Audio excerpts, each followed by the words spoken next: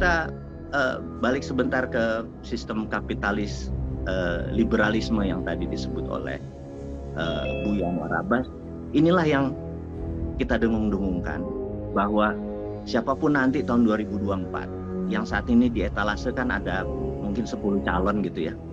Kita challenge mereka itu. Challenge benar-benar kita tantang mereka itu. Apakah kalau nanti mereka jadi, apakah persis seperti 6 presiden kemarin, mulai dari Pak Jokowi mundur sampai Pak Soeharto, tetap kapitalis liberalisme yang dipakai, atau pakai sosialis liberalisme? Itu yang kita mau challenge. Jadi apakah masih pakai upper of pyramid? Upper of pyramid ini ya, kalau piramid itu ada dua nih, piramid di atas tuh ada dua. BUMN itu adalah kapitalis sosialisme gitu ya, di atas juga elit juga BUMN gitu ya. Kemudian kaum oligarki adalah kapitalis liberalisme. Jadi itu di kiri ada sosialis kapitalisme yang BUMN, di kanan ada oligarki. Ini udah mau zamannya SBY, mau zamannya Soeharto, zaman Jokowi, itu yang dimainkan yang di atas terus gitu ya.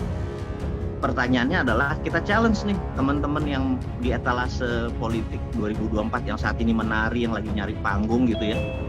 Apakah dia mau masih pakai ini atau punya yang baru? Itu yang kita mau challenge. Punya yang baru artinya kembali ke pelajaran The Winner Takes All.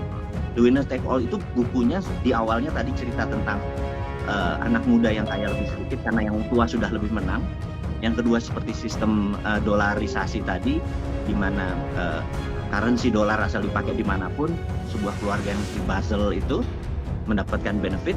Pertanyaan dia di buku tersebut, si pengarangnya nanya, dengan adanya sistem yang lama ini, apakah kemiskinan hilang dari muka bumi? Apakah penyakit hilang dari muka bumi? Apakah tidak ada peperangan? Apakah tidak ada orang yang menderita? Jawabannya masih banyak yang menderita. Indeks Gini yang kaya miskin makin melebar. Terus penyakit di mana-mana, ada biological warfare kemarin, dan sebentar lagi ada weather warfare atau climate warfare, ada perang cuaca. Ternyata tidak membuat dunia lebih baik. Kesimpulannya, the system doesn't work gitu ya. Untuk mensejahterakan dunia, old system itu doesn't work. Yang namanya kapitalis liberalisme itu doesn't work sebenarnya. Nah, di Indonesia kita itu lagi mencari sila kelima, yaitu menurut saya pribadi sih, sila kelima itu hilang, adalah keadilan sosial bagi seluruh rakyat Indonesia. Jadi keadilan sosial itu hilang karena oligarki, karena BUMN.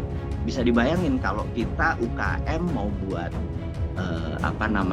ginkgo biloba untuk dicampur jahe gitu ya, ternyata import dari Koreanya harus perusahaan BUMN. Ya kapan UKM-nya menang? Karena proteksi BUMN ini. BUMN itu nggak kerja orangnya gitu ya, cuman memperkaya direksi BUMN, negara nggak kaya. Contohnya ada 800 BUMN di Indonesia, valuasinya sekitar 5.000 triliun, omsetnya cuma 2.000 triliun, padahal harusnya 1:1.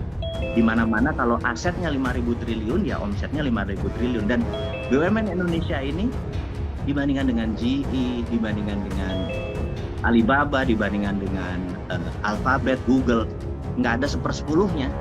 Dan jabatannya kementerian lagi.